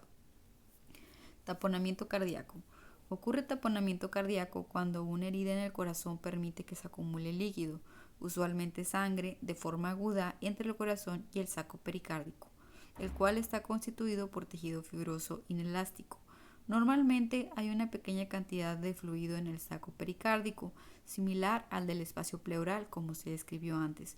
Después, debido a que el pericardio es inelástico, empieza a aumentar la presión rápidamente dentro del saco pericárdico conforme se acumula líquido en su interior en forma aguda. La presión pericárdica aumentada impide el retorno venoso al corazón, lo que a su vez lleva a una disminución del gasto cardíaco y de la presión arterial. Con cada contracción cardíaca puede ingresar sangre adicional al saco pericárdico, lo que dificulta aún más la capacidad cardíaca de llenado en preparación para la siguiente contracción, circunstancia que puede tornarse suficientemente intensa para precipitar la actividad eléctrica sin pulso, una lesión que pone en riesgo la vida y requiere la respuesta coordinada de los proveedores de atención prehospitalaria en todas las fases de la atención para lograr un resultado óptimo. El pericardio normal del adulto puede alojar hasta 300 mililitros de fluido antes de que desaparezca el pulso, pero un volumen de apenas 50 mililitros puede ser suficiente para impedir el retorno venoso y por lo tanto el gasto cardíaco. La figura 10.21 muestra un taponamiento cardíaco conforme la sangre fluye de la luz del corazón al espacio pericárdico y limita la expansión ventricular. Por lo tanto, el ventrículo ya no puede llenarse por completo. Conforme se acumula más sangre en el espacio pericárdico, se dispone de menos espacio ventricular para acumular sangre y disminuye el gasto cardíaco. Con suma frecuencia, el taponamiento cardíaco es causado por una herida penetrante al miocardio, mecanismo de lesión que puede ser resultado de la penetración de una de las cámaras cardíacas o de apenas una laceración. El ventrículo derecho es la cámara más anterior del corazón y por lo tanto el que con mayor frecuencia se lesiona ante un trauma penetrante. Independientemente de la ubicación anatómica de la lesión, ocurre hemorragia al interior del saco pericárdico. La presión creciente dentro del pericardio causa la fisiopatología del taponamiento cardíaco y al mismo tiempo la presión aumentada dentro del pericardio puede impedir temporalmente una mayor hemorragia de la lesión miocárdica, lo que permite al paciente sobrevivir lo suficiente para alcanzar una atención médica definitiva. En el caso de lesiones miocárdicas por arma de fuego, el daño al corazón y al pericardio suele ser tan grave que este último no puede contener la hemorragia, propiciando una exsanguinación rápida hacia la cavidad torácica. Lo mismo es válido en el caso de empalamientos. La rotura contusa de la cámara del corazón puede causar taponamiento cardíaco, pero con mayor frecuencia produce una hemorragia exsanguinante. Debe tenerse en mente el taponamiento cardíaco como una posibilidad cuando se valora a cualquier paciente con una lesión penetrante en tórax. El índice de sospecha debe de elevarse hasta el nivel de estar presente hasta que se demuestre lo contrario, cuando la lesión penetrante está dentro del rectángulo del área precordial formado por el trazo de una línea horizontal en las clavículas, líneas verticales desde los pezones hasta los bordes costales y una segunda línea horizontal que conecta los puntos de intersección entre las líneas verticales y el borde costal. La presencia de la lesión debe de comunicarse al personal de la institución receptora tan pronto como se detecte, para permitir la preparación apropiada para el tratamiento del paciente. Evaluación. Implica detectar rápidamente la presencia de lesiones de riesgo, como ya se mencionó, en combinación con una evaluación de los datos físicos de taponamiento cardíaco. La tríada de Beck es un conjunto de hallazgos que indican taponamiento cardíaco. 1. Sonidos cardíacos alejados o disminuidos. El líquido que rodea el corazón dificulta escuchar los sonidos del cierre de las válvulas. 2. Distensión de venas yugulares, causada por el aumento de la presión del saco pericárdico, que regresa la sangre hacia las venas del cuello. Y 3. Presión arterial baja. Otro hallazgo físico descrito en el taponamiento cardíaco es el pulso paradójico. Pulso paradójico. El pulso paradójico es en realidad una acentuación de ligero descanso de la presión arterial sistólica que ocurre durante la inspiración. Conforme los pulmones se expanden, hay un llenado y una expulsión sanguínea preferenciales del lado derecho del corazón a expensas del izquierdo. Así, la presión sanguínea periférica decrece. Este decremento de la presión arterial sistólica suele ser menor de 10 a 15 milímetros de mercurio. Un mayor descenso de la presión arterial sistólica constituye un llamado pulso paradójico. La detección de algunos de estos signos es difícil en el campo prehospitalario, en especial el de los ritmos cardíacos alejados y el pulso paradójico. Además, los componentes de la tríada de Beck están presentes en solo de 22 al 77% de los casos de taponamiento. Así, el proveedor de atención prehospitalaria necesita mantener un elevado índice de sospecha con base en la ubicación de las heridas y la hipotensión e implementar el tratamiento de manera acorde.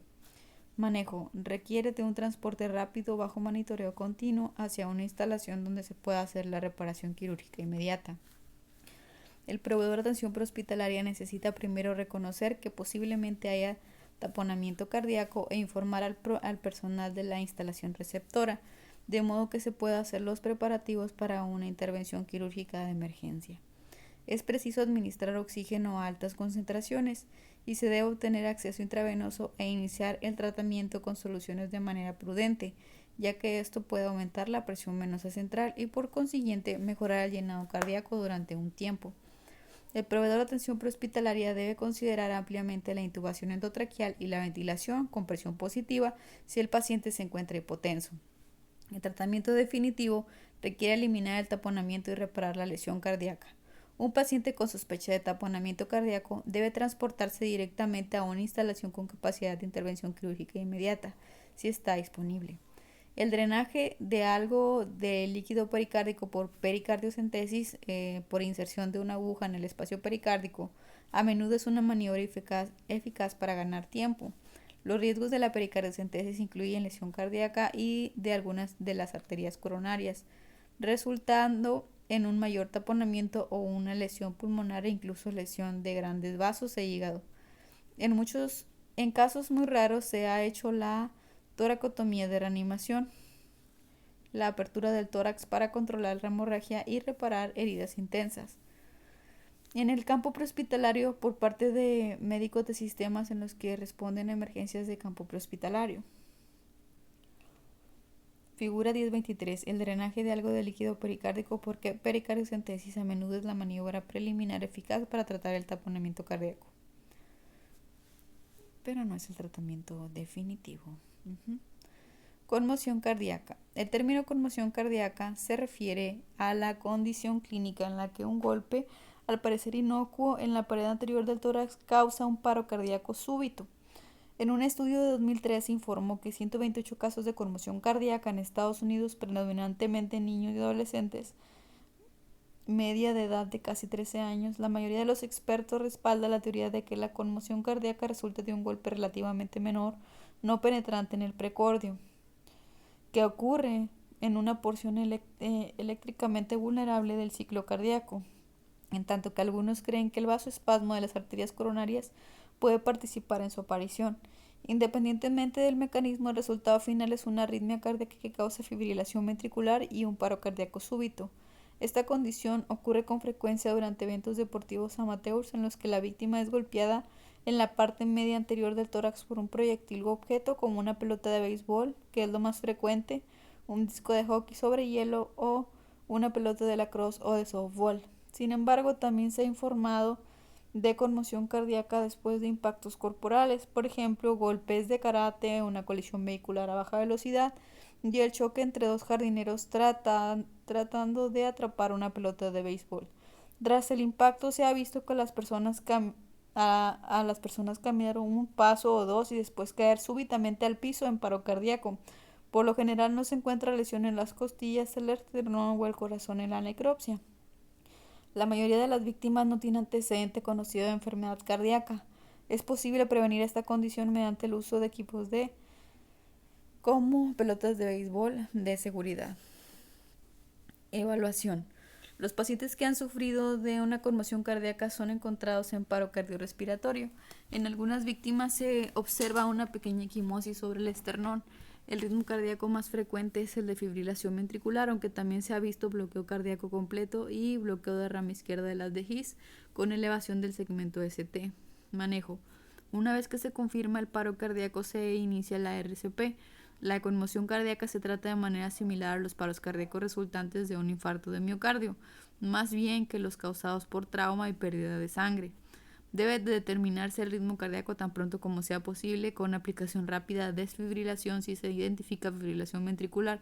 El pronóstico es malo, con una probabilidad de supervivencia del 15% o menos.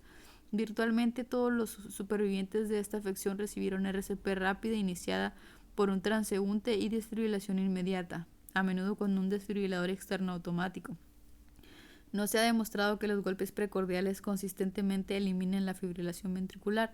Sin embargo, se pueden intentar si no se cuenta de inmediato con un desfibrilador. El inicio de la RCP y desfibrilación eléctrica no debe retrasarse por la aplicación de un golpe precordial. Si los intentos inmediatos de desfibrilación no tienen éxito, se asegura la vía aérea y se inicia un acceso intravenoso. Se puede administrar epinefrina y fármacos antiarrítmicos como se describe en los protocolos de paro cardíaco médico. Rotura traumática de la aorta. Es resultado de un mecanismo de aceleración de fuerza significativa. Los ejemplos incluyen las colisiones de vehículos con impacto frontal a gran velocidad y las caídas desde una altitud en las que el paciente cae plano, directo en tórax. La aorta nace en la porción superior del corazón, en el mediastino. El corazón, la aorta ascendente y el arco aórtico son relativamente móviles dentro de la cavidad torácica. Conforme el arco de la aorta se convierte en la aorta descendente, es envuelto en una capa de tejido y se adhiere a la columna vertebral. Por lo tanto, la aorta descendente es relativamente inmóvil. Cuando ocurre una desaceleración súbita del cuerpo, como el impacto frontal a gran velocidad, el corazón y el arco aórtico continúan moviéndose hacia adelante en relación con la aorta descendente, que está fija o inmóvil. Este contraste de velocidades produce fuerzas de cizallamiento en la pared aórtica en la unión entre estos dos segmentos de aorta. Así, la localización típica de una lesión aórtica traumática es apenas distal a la salida de la arteria subclavia izquierda. Esta fuerza de cizallamiento puede romper la pared de la aorta en diversos grados. Cuando el desgarro se extiende a todo el grosor de la pared de la aorta, el paciente presenta con rapidez hemorragia masiva hacia la cavidad pleural. No obstante, si el desgarro es apenas parcial a través de la pared, dejando la capa externa o adventicia íntegra, el paciente puede sobrevivir durante un periodo variable, lo que hace esencial la identificación y tratamiento rápido para lograr un resultado exitoso.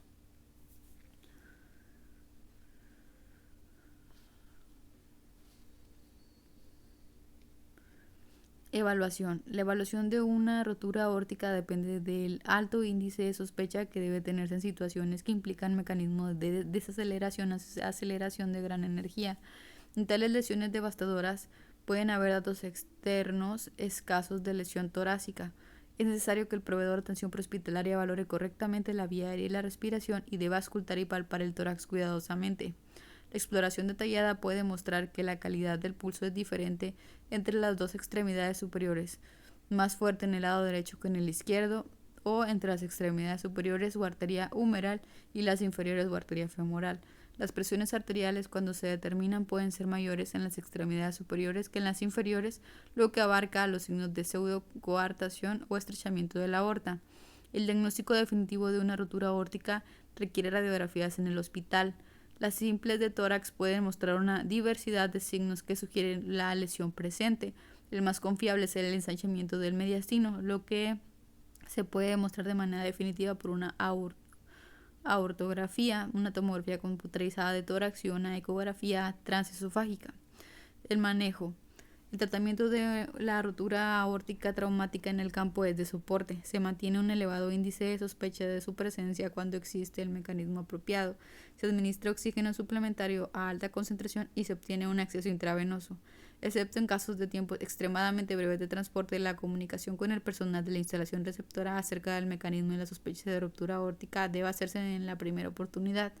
Es imperativo el control estricto de la presión arterial para un resultado exitoso de estas lesiones. La rotura aórtica traumática representa otra situación en la que tiene utilidad la reanimación equilibrada. La reanimación con soluciones que causa una presión arterial normal o elevada puede dar como resultado la rotura del tejido restante de la aorta y la rápida exsanguinación.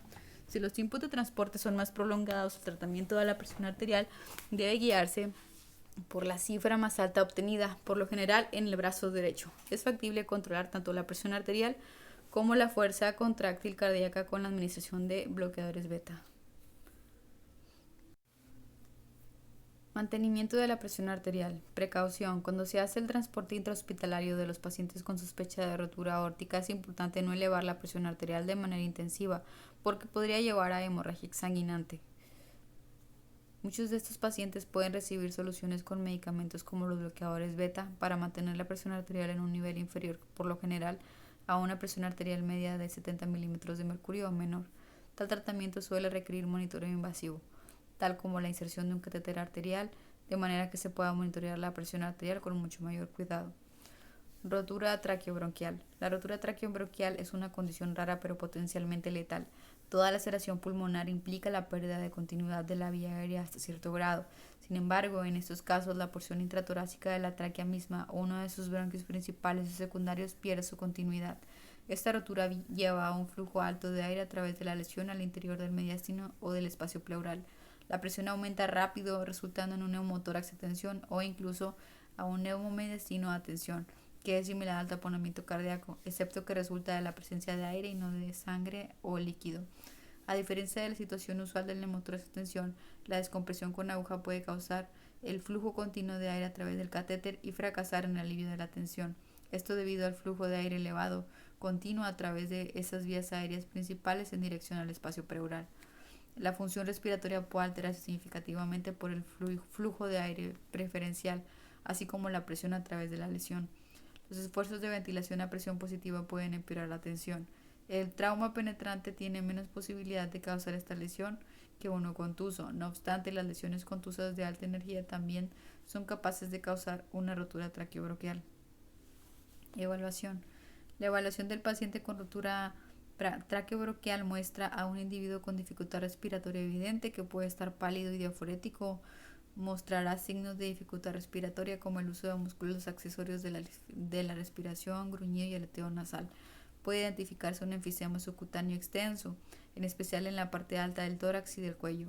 Aunque suele enseñar como datos importantes la distensión de las venas yugulares, pueden ocultarse por el enfisema subcutáneo, mientras que la desviación de la tráquea tal vez solo se note a la palpación del área de la escotadura yugular. La frecuencia ventilatoria estará elevada y la saturación de oxígeno disminuida. El paciente puede o no presentar hipotensión y quizás presente tos con sangre o hemoptisis. La hemorragia asociada con trauma penetrante tal vez no esté presente en el caso de las contusiones, pero el hemotórax es una posibilidad en ambos, penetrantes y no penetrantes.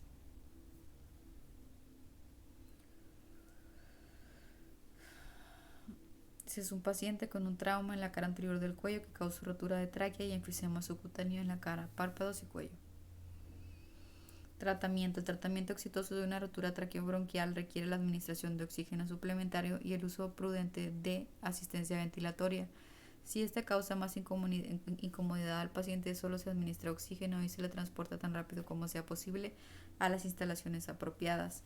Es imperativo el monitoreo continuo en cuanto a signos de progresión hacia el neumotórax a tensión y debe de intentarse la descompresión rápida con aguja si se presentan estos signos. El manejo completo de vía aérea avanzada como la intubación selectiva de un bronquio principal es difícil de lograr en el campo prehospitalario y tiene el potencial de empeorar una lesión bronquial importante.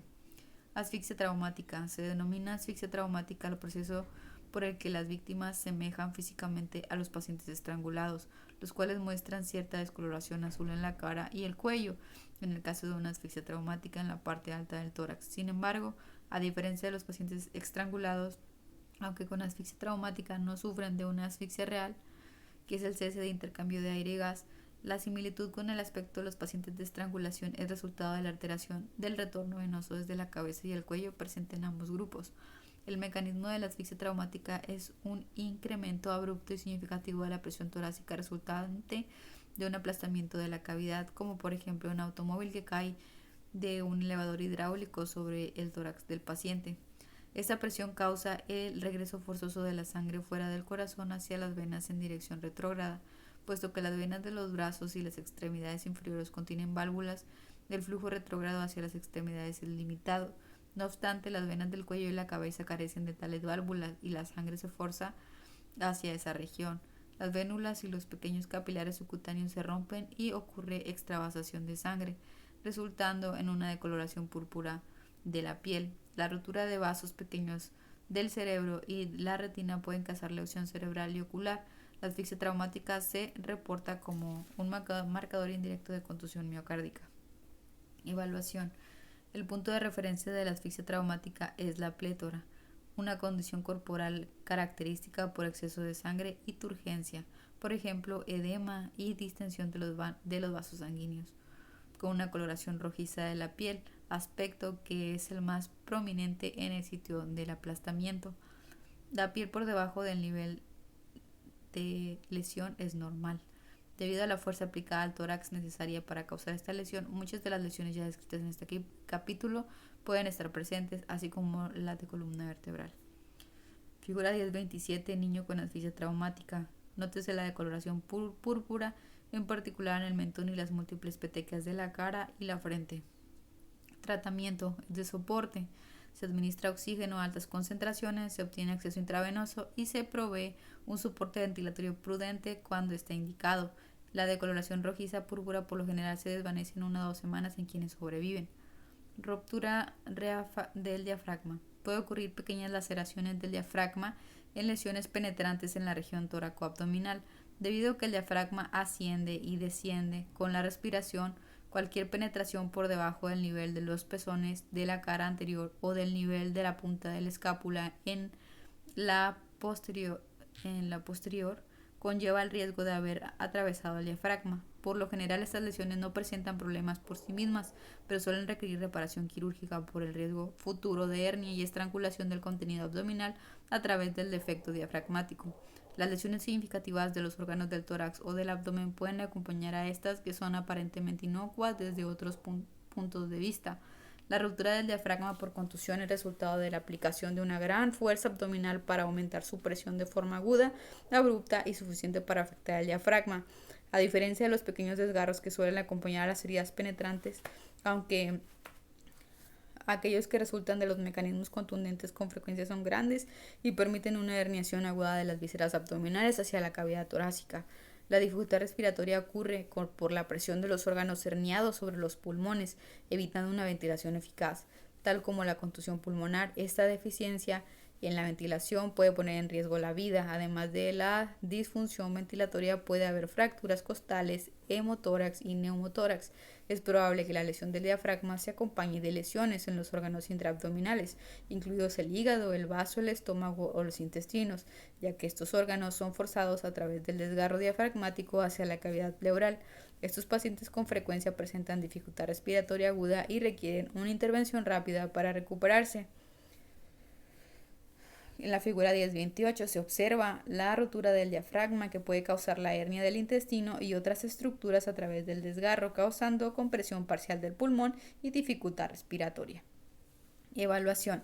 La evaluación con frecuencia revela a un paciente con dificultad respiratoria aguda que se muestra ansioso, taquipnéico y pálido y puede presentar contusiones en la pared torácica, crepitación ósea o enfisema subcutáneo.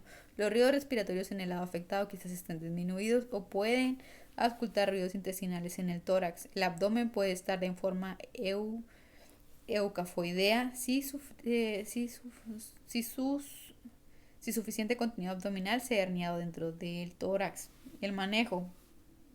Se requiere la detección rápida de una ruptura diafragmática y debe administrarse oxígeno suplementario a concentraciones altas y dar soporte ventilatorio según sea necesario. El paciente se le transportará con rapidez a la instalación apropiada. Transporte prolongado. Las prioridades del manejo de los pacientes con lesión de tórax que se sospechan o confirmaron durante un transporte prolongado siguen siendo fundamentales. Entre ellas está el manejo de la vía aérea, el soporte ventilatorio y de la oxigenación, el control de hemorragias y la administración adecuada de reanimación con volumen. Cuando se enfrentan a un transporte prolongado, los proveedores de atención prehospitalaria pueden tener un umbral más bajo para asegurar la vía aérea, mediante intubación endotraqueal. Las indicaciones para llevar a cabo incluyen aumento de la dificultad respiratoria o inminente insuficiencia respiratoria, después de incluir o tratar el neumotórax a tensión, tórax inestable, neumotórax abierto o múltiples fracturas costales. Debe proveerse oxígeno para mantener la saturación de 94% o mayor. Se asistirá con las ventilaciones según sea necesario. Las contusiones pulmonares se empeoran con el transcurso del tiempo y el uso de CPAP, presión positiva al final de la expiración, con un ventilador de transporte o válvulas PEP con un dispositivo de bolsa válvula mascarilla. Puede facilitar la oxigenación. Cualquier paciente con trauma torácico significativo tiene la posibilidad de presentar o desarrollar un neumotórax de tensión y en la evaluación constante deben buscarse los signos definitivos. En presencia de disminución o ausencia de ríos respiratorios, dificultad respiratoria creciente, dificultad para comprimir el dispositivo de bolsa mascarilla, aumento de la presión inspiratoria máxima en los pacientes acoplados a un ventilador e hipotensión, debe hacerse una descompresión pleural. Es factible efectuar una toracostomía con tubo, es decir, la inserción de un tubo en el tórax por parte del personal autorizado, por lo general médicos de las tripulaciones de aviación. Si el paciente requiere descompresión con aguja o se encuentra en un que presenta un neumotórax abierto, debe asegurarse un acceso intravenoso y administrar soluciones de forma prudente por esa vía. Los pacientes con sospecha de hemorragia intratorácica, intraabdominal o retroperitoneal deben mantenerse en un rango de 80 a 90 milímetros de mercurio de presión arterial sistólica. Una reanimación excesiva por volumen puede empeorar significativamente las contusiones pulmonares, además de llevar a la hemorragia interna recurrente. Los pacientes con dolor intenso por múltiples fracturas costales se pueden beneficiar de pequeñas dosis ajustadas de narcóticos por vía intravenosa. Si la administración de narcóticos produce hipotensión e insuficiencia respiratoria, deben proveerse a reanimación por minuto de soluciones y soporte ventilatorio.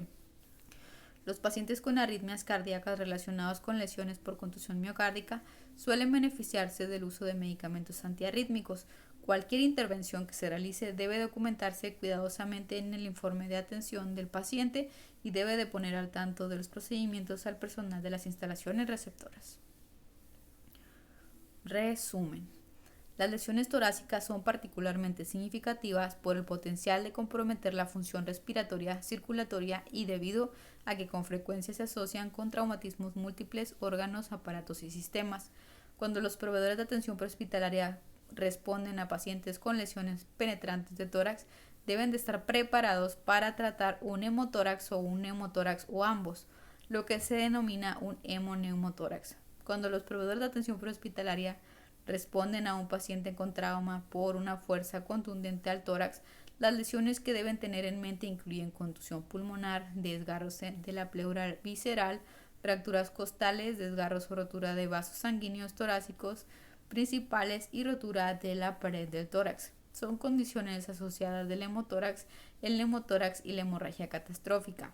La oximetría de pulso y la capnografía indirecta de flujo lateral o forma de onda de línea son auxiliares útiles para valorar el estado ventilatorio y la respuesta al tratamiento. Los pacientes con lesiones torácicas necesitan tratarse de manera intensiva y transportarse con rapidez para su cuidado definitivo. Los proveedores de atención prehospitalaria deben estar preparados para detectar y tratar los tres tipos de neumotórax. El neumotórax simple, correspondiente a la presencia de aire dentro del espacio pleural. El neumotórax abierto, herida torácica que succiona, que implica un defecto de la pared del tórax que permite que ingrese y salga el aire del espacio pleural con un esfuerzo ventilatorio. El neumotórax a tensión, que se presenta cuando continúa ingresando aire y queda atrapado en el espacio pleural con incremento gradual de la presión intratorácica y debe buscarse cuidadosamente signos de neumotórax a tensión debido a que el tratamiento en el campo prehospitalario mediante descompresión con aguja pueda corregir este problema, el cual es rápidamente fatal. Debido al alto riesgo de traumas múltiples a órganos, aparatos y sistemas en los pacientes con una lesión torácica contundente, debe emplearse la restricción de la movilidad vertebral cuando se le transporta. El monitoreo con electrocardiograma puede sugerir una lesión por contusión miocárdica. Deberá prestarse particular atención a la administración de oxígeno suplementario a concentración elevada y la necesidad de transporte ventilatorio en cualquier paciente con sospecha de trauma de tórax, y debe de obtenerse un acceso intravenoso en camino a las instalaciones médicas y administración Administrar soluciones con objetivos apropiados en mente. Aunque muchas lesiones del tórax se pueden manejar sin intervención quirúrgica, el paciente con una lesión de este tipo debe de cualquier forma ser valorado y tratados en instalaciones médicas apropiadas. Recapitulación del escenario. A usted y su compañero se les despacha a un área de construcción industrial por un trabajador que fue golpeado por un fragmento de metal. A su arribo ustedes encuentran en la entrada al oficial de seguridad del sitio, quien los lleva al área de trabajo en el interior. En el camino, el oficial declara que el paciente estaba ayudando a instalar varillas metálicas cuando volteó para coger otra y se encontró con el extremo de una que su compañero apenas había recortado, que le cortó la camisa y puncionó el tórax. En el área de trabajo usted encuentra a un hombre de aproximadamente 35 años de edad sentado sobre una pila de tablas, inclinado hacia adelante y sujetando un trapo en el lado derecho del tórax. Usted le pregunta qué pasó y él trata de explicarlo, pero tiene que detenerse cada 5 o 6 palabras para recuperar la respiración.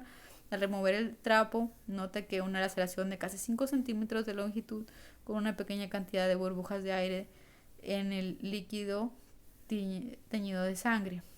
El paciente se encuentra diaforético y con un pulso radial rápido. A la auscultación se notan ruidos respiratorios disminuidos en el lado derecho y no hay hallazgos físicos anormales adicionales. ¿Se encuentra con dificultad respiratoria el paciente? ¿Presenta lesiones que ponen en riesgo la vida? ¿Qué intervenciones haría usted en el campo prehospitalario? ¿Qué modalidad de transporte debe usarse para este paciente? ¿Cómo modificaría su manejo y planes durante el transporte prolongado si se encontrase en un área rural? ¿Qué otras lesiones sospecha? Solución del escenario.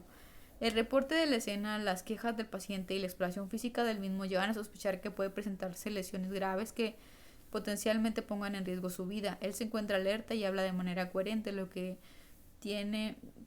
indica que tiene una vía aérea permeable, pero está experimentando dificultad respiratoria grave. La localización de la herida, el burbujeo del líquido y la disminución de los sonidos respiratorios indican un neumotórax abierto. Usted se moviliza rápidamente para aplicar un apósito oclusivo, proveer al paciente oxígeno suplementario y considerar la asistencia ventilatoria con un dispositivo de bolsa mascarilla según sea necesario.